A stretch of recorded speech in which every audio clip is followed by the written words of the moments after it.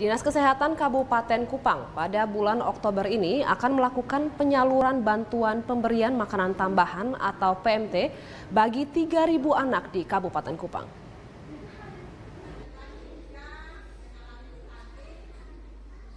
Data prevalensi angka stunting di Kabupaten Kupang tahun 2022 meningkat menjadi 24,1% atau 7.207 anak di Kabupaten Kupang terindikasi mengalami stunting.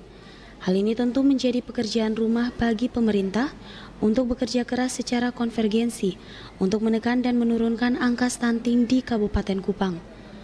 Salah satunya adalah dengan memberikan asupan makanan tambahan bergizi. Untuk itu, Dinas Kesehatan Kabupaten Kupang meskipun saat ini tidak lagi menjadi leading sektor penanganan stunting, tetapi tetap akan melakukan penyaluran bantuan pemberian makanan tambahan atau PMT bagi 3.000 anak di Kabupaten Kupang. Kepala Dinas Kesehatan Kabupaten Kupang Robert Amheka mengatakan, penyaluran makanan tambahan tersebut akan diserahkan melalui 27 puskesmas di Kabupaten Kupang. Saat ini masih dalam proses sosialisasi, kemudian akan dilanjutkan dengan proses penyaluran. Proses penyaluran bantuan pemberian makanan tambahan ini bersamaan dengan upaya Dinas Kesehatan untuk melakukan percepatan vaksin dosis kedua dan ketiga, sehingga Dinas Kesehatan akan menentukan vaksin sebagai syarat bagi orang tua anak yang akan menerima PMT. Selain itu, Dinas Kesehatan juga akan melihat capaian vaksin di puskesmas yang akan menerima penyaluran BLT.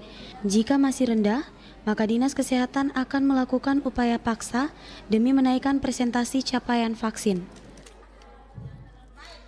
Saya juga dalam waktu dekat ada pembagian PMT bagi 3.000 anak.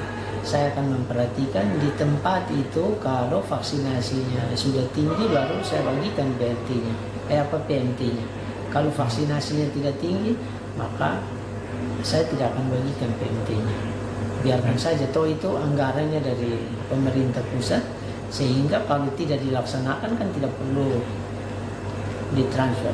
Nah itu kurang lebih yang bisa saya inikan untuk sebagai sedikit upaya paksa untuk merubah kebiasaan kita dari masa bodoh dan melawan ke patuh dan peduli terhadap kesehatan dan diri kita maupun keluarga di sekitar kita.